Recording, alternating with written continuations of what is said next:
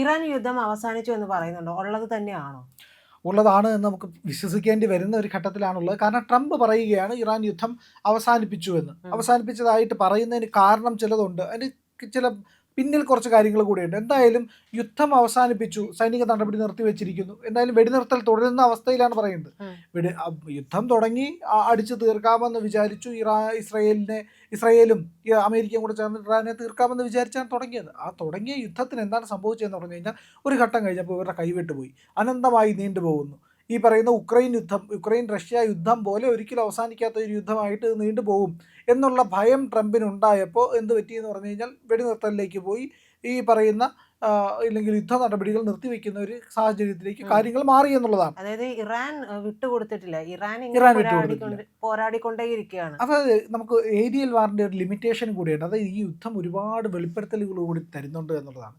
ഒരു സമ്പൂർണ്ണ നാശം വരുത്താനായിട്ട് സാധാരണ കൺവെൻഷണൽ വാർഫെയർ എന്ന് പറയുന്ന സ്ഥിരമായിട്ട് നടന്നു വരുന്ന യുദ്ധപ്രവർത്തനം ഉണ്ടല്ലോ, ആ യുദ്ധപ്രവർത്തനത്തിന് ഒരു അവസാനം ഉണ്ടാവും. കരയുദ്ധമാണ്, സൈനികർ മരിക്കുന്നു, വലിയ രീതിയിലുള്ള നാശനഷ്ടം ഉണ്ടാകുന്നു, ആൾക്കാരുടെ ഡെത്ത് ടോൾ കാണിക്കാൻ കഴിയുന്നു.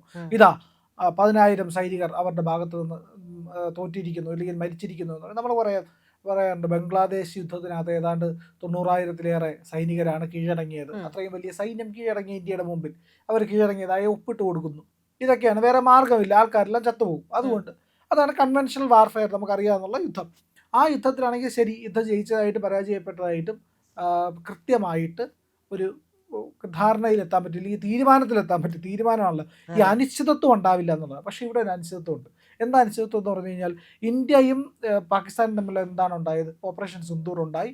ഓപ്പറേഷൻ സിന്ദൂറിൽ നമ്മൾ അടിച്ച് തകർത്ത് അവിടെ കയറിയിട്ട് അടിച്ച് തകർത്ത് കുറേ ആയപ്പോഴത്തേക്കും പാകിസ്ഥാൻ നിർത്തണമെന്ന് പറഞ്ഞുകൊണ്ട് നമ്മളെ അടുത്തേക്ക് വന്നു, കാല് പിടിച്ചു, നമ്മൾ യുദ്ധം അവസാനിപ്പിച്ചു. എന്നിട്ടും അവരെന്ത് പറയുന്നുണ്ട്? ഞങ്ങൾ യുദ്ധം ജയിച്ചു, ഞങ്ങൾക്ക് വലിയ നേട്ടം ഉണ്ടായി, ഇന്ത്യക്ക് ഭയങ്കരമായിട്ട് അടി കൊടുക്കാൻ പറ്റി, ഇങ്ങനെ അവകാശവാദങ്ങളൊക്കെ പറഞ്ഞു. പക്ഷെ തെളിവുകളില്ല, തെളിവുകൾ കാണിക്കേണ്ടി വരും. ഇവിടെ എന്താണ് ഇറാൻ്റെ കാര്യത്തിൽ സംഭവിച്ചതെന്ന് പറഞ്ഞു കഴിഞ്ഞാൽ ഇവരങ്ങോട്ടും ഇങ്ങോട്ടും മിസൈൽ അയക്കുന്നു, ഇറാൻ തകരുന്നു, ഒരുപാട് സ്ഥലങ്ങൾ തകർന്നു, ഇറാൻ്റെ നേവി തകർന്നു, എയർഫോഴ്സ് തകർന്നു, ശരിയാണ്. പക്ഷേ ഇറാൻ്റെ കയ്യിൽ ഇപ്പോഴും മിസൈലുണ്ട്. അപ്പോൾ ഇത് അനന്തമായിട്ട് നീട്ടിക്കൊണ്ടുപോകാനായിട്ട് കഴിയും. ഈ പറയുന്ന യൂറോപ്പിൻ്റെ സപ്ലൈ കൊണ്ട് ഉക്രൈൻ പിടിച്ചു നിൽക്കുന്നത് പോലെ ചൈനയുടെയും റഷ്യയുടെയും ഒക്കെ സഹായം കൊണ്ട് ഇറാനും പിടിച്ചു നിൽക്കുന്നുണ്ട് എന്നുള്ളതാണ് ഇതിൽ പ്രധാനപ്പെട്ട കാര്യം. അപ്പോൾ മിസൈലുകൾ അയച്ചുകൊണ്ടിരിക്കുക, മിസൈലുകൾ, ഡ്രോണുകളൊക്കെ. അപ്പോൾ ഇവർ എല്ലാം അടിച്ച് തീർന്നു, സമ്പൂർണ്ണമായിട്ടും ഇറാൻ പരാജയപ്പെട്ടു എന്ന് പറഞ്ഞിരിക്കുമ്പോൾ ഇസ്രായേലിലേക്ക് ഇറാൻ ഒരു 10 മിസൈൽ അയക്കും. അപ്പോൾ യുദ്ധം തീർന്നില്ലേ ഇത്? അപ്പോൾ വീണ്ടും തുടങ്ങുകയാണ്. അപ്പോൾ ഇതാണ് സംഭവിച്ചുകൊണ്ടിരിക്കുന്നത്. ഡിഗോ ഗാർഷ്യയിലേക്ക് മിസൈൽ അയക്കുന്നു. എവിടെ? യുദ്ധം തീർന്നു? ഇല്ല, തീർന്നില്ല. മിസൈൽ ഞങ്ങൾ പരാജയപ്പെടുത്തി, പക്ഷേ മിസൈൽ അയക്കുന്നുണ്ട്. ഇപ്പോൾ യൂറോപ്പിലേക്ക് മിസൈൽ അയക്കാനുള്ള കേപ്പബിലിറ്റി വരെ ഇറാൻ ഉണ്ട് എന്ന് അർത്ഥമാക്കുന്നുണ്ട് പല കാര്യങ്ങളും. നമ്മളൊന്ന് ആലോചിച്ച് നോക്കിയാൽ മതി. ഈ ഡിഗോ ഗാർഷ്യയിലേക്ക് അയക്കാൻ കഴിയുമെങ്കിൽ യൂറോപ്പിൻ്റെ ഭാഗത്തേക്ക് അയക്കാൻ കഴിയും. പക്ഷേ യൂറോപ്പ് ഇതിനകത്തൊന്നും ഭാഗമല്ല എന്നുള്ളതാണ്. ഇസ്രായേൽ വരെ എത്തുന്ന മിസൈലൊക്കെ അവരുടെ കയ്യിൽ നിസ്സാരമായിട്ടുണ്ട് എന്നുള്ളത്. ഏതായാലും ഇത്രയും മേഖലകളിലേക്കൊക്കെ ആക്രമണം നടത്താൻ കഴിയുന്ന മിസൈലുകൾ അവരുടെ പക്കലിരിക്കുമ്പോൾ അവർ എങ്ങനെയാണ് തോറ്റു എന്ന് പറയാൻ കഴിയുക? ഇല്ലെങ്കിൽ എന്ത് ചെയ്യണം? അമേരിക്കയുടെ ഇസ്രായേലിൻ്റെ പട്ടാളം ഇറാനിലേക്ക് ഇറങ്ങി ചെന്നിട്ട് ആക്രമണം നടത്തണം. അപ്പോൾ ആക്രമണം നടത്തി അവിടുത്തെ പട്ടാളക്കാരെ കൊന്നു, ഭരണകൂടത്തിലെ എല്ലാ പ്രധാനപ്പെട്ട ആൾക്കാരെയും പിടിച്ച് കൊന്നു. എന്നിട്ട് ഇവർക്ക് എതിരായിട്ട് നിൽക്കുന്ന ആൾക്കാരെ പിടിച്ച് അധികാരത്തിലേക്ക് കൊണ്ടുവരികയും അവരെല്ലാം കൂടെ ഭരിക്കുക, ഷാ ഭരണകൂടത്തിലേക്ക് തിരിച്ചുകൊണ്ടുവരികയൊക്കെ ചെയ്താൽ ഓക്കെ, ശരി, റെഡിയായിരിക്കുകയാണ്, അമേരിക്കയിൽ റെഡിയായിരിക്കുക. പക്ഷെ എന്താ സംഭവിക്കുന്നത്? അങ്ങനെ പട്ടാളക്കാരെ ഗ്രൗണ്ടിലേക്ക് ഇറക്കാനായിട്ട് അമേരിക്കയ്ക്ക് പറ്റില്ല. ഇറാഖിൽ സംഭവിച്ചതുപോലെ ഇനി ഇറാനിൽ സംഭവിക്കാൻ പാടില്ല എന്ന് തീരുമാനമെടുത്തിരിക്കുന്നു അമേരിക്കക്കാർ. വലിയ പ്രതിഷേധം വരും, അടിയുണ്ടാവില്ല. അപ്പോഴാണ് നമ്മൾക്ക് ചോദിക്കുന്നത്, അപ്പോൾ യുദ്ധം നിർത്തിയെന്ന് പറയുന്നത് എന്താണ്? അതാണ് അവിടെയാണ് ചെറിയൊരു കളിയുള്ളത്. അതായത് ഫെബ്രുവരി 28 ഇറാനുമായിട്ടുള്ള യുദ്ധം ആരംഭിക്കുന്നു. ഈ ആരംഭിച്ച് സൈനിക നടപടി തുടങ്ങി നിയമ കാലാവധി എന്ന് പറയുന്നത് 60 ദിവസമാണ്. ഇത് അവസാനിക്കാനിരിക്കെയാണ് യുദ്ധം അവസാനിച്ചതായി ട്രംപ് കോൺഗ്രസിനെ അറിയിക്കുന്നത്. അപ്പോൾ കോൺഗ്രസിലെ മെമ്പർമാർക്ക് അയച്ച കത്തിലാണ് യുദ്ധ നടപടി അവസാനിപ്പിച്ചതായിട്ട് പറയുന്നത്. അപ്പോൾ ഈ പറയുന്ന യുദ്ധം തുടങ്ങി 60 ദിവസത്തിനകത്ത് കോൺഗ്രസിൻ്റെ അനുമതി വാങ്ങിക്കാതെ 60 ദിവസം കഴിഞ്ഞു കഴിഞ്ഞാൽ അതിൻ്റെ അനുമതി അവസാനിച്ചു പോകും. അതുകൊണ്ടാണ് ഈ പറയുന്ന വീണ്ടും യുദ്ധം അവസാനിപ്പിച്ചു, സൈനിക നടപടി ഇല്ല എന്നുള്ള രീതിയിലേക്ക് അമേരിക്ക ഈ തീരുമാനം എടുക്കുന്ന ട്രംപ് ഈ ഈ 60 ദിവസം കഴിഞ്ഞ് കഴിഞ്ഞാൽ അമേരിക്കൻ കോൺഗ്രസിന്റെ അനുമതി വേണം യുദ്ധം തുടരാൻ വേണ്ടിയിട്ട്.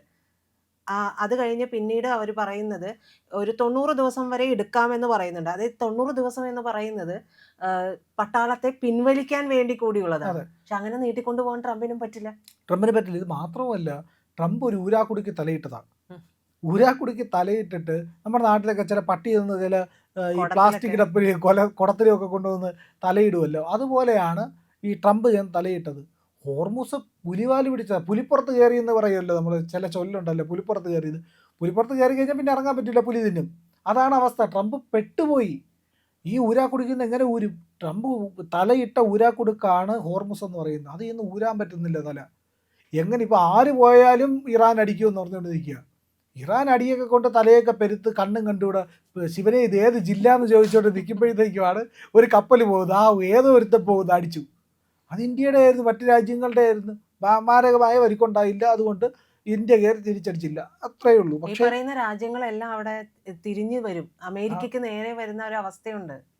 അതാണ് സംഭവിക്കുന്നത്. ഇപ്പോൾ യൂറോപ്പ് പറഞ്ഞു, യൂറോപ്പ് കൃത്യമായിട്ട് പറഞ്ഞിട്ടുണ്ട് ഇന്ന് അമേരിക്കയും ജർമ്മനിയും തമ്മിൽ വലിയ പ്രശ്നം ഉണ്ടായിരിക്കുക. അതെ.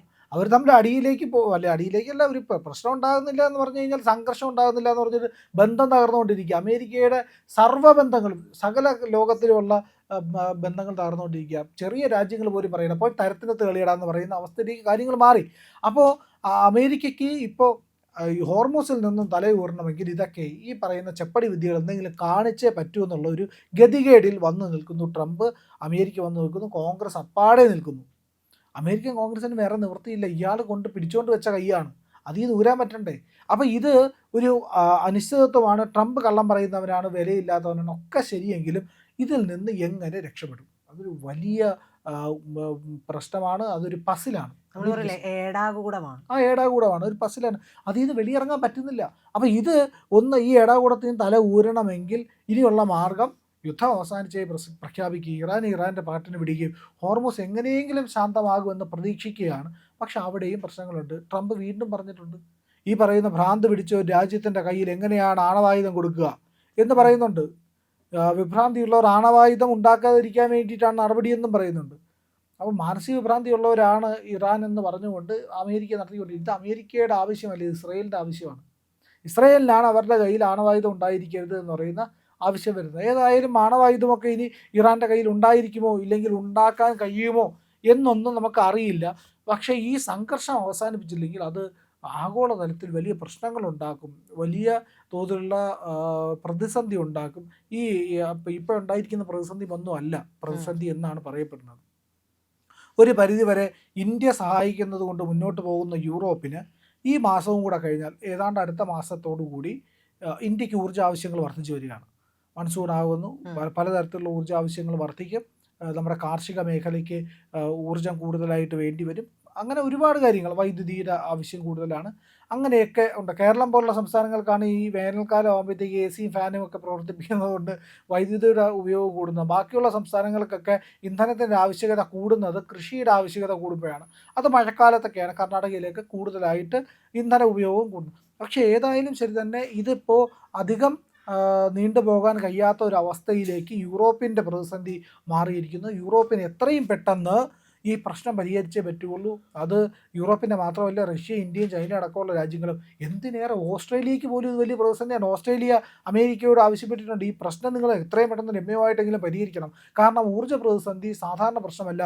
വെസ്റ്റ് ഏഷ്യ ആശ്രയിച്ചാണ് ലോകത്തിൻ്റെ ഊർജ്ജ സ്രോതസ് ഇപ്പോഴും നിലനിൽക്കുന്നത്. നമുക്ക് നിഷേധിക്കാൻ പറ്റില്ല. എങ്ങനെ നിഷേധിക്കും? വാസ്തവമായിട്ടുള്ളൊരു കാര്യമല്ലോ. അതുകൊണ്ട് ഈ പ്രശ്നത്തിന് പരിഹാരം കണ്ടേ പറ്റുള്ള. ട്രംപിൻ്റെ ഭ്രാന്തായാലും ശരി തന്നെ, ട്രംപിൻ്റെ കള്ളത്തരമായാലും ശരി തന്നെ, ഇനി അമേരിക്കയ്ക്ക് മുന്നോട്ട് പോകാനാവില്ല എന്നുള്ള യാഥാർത്ഥ്യമാണ്. യുദ്ധം അവസാനിച്ചു എന്നുള്ളത് അതൊരു ശരിയായിരിക്കട്ടെ, ആ വാർത്ത അങ്ങനെ തന്നെ നിൽക്കട്ടെ എന്നാണ് നമ്മളെല്ലാ മനുഷ്യരും പ്രാർത്ഥിക്കുക.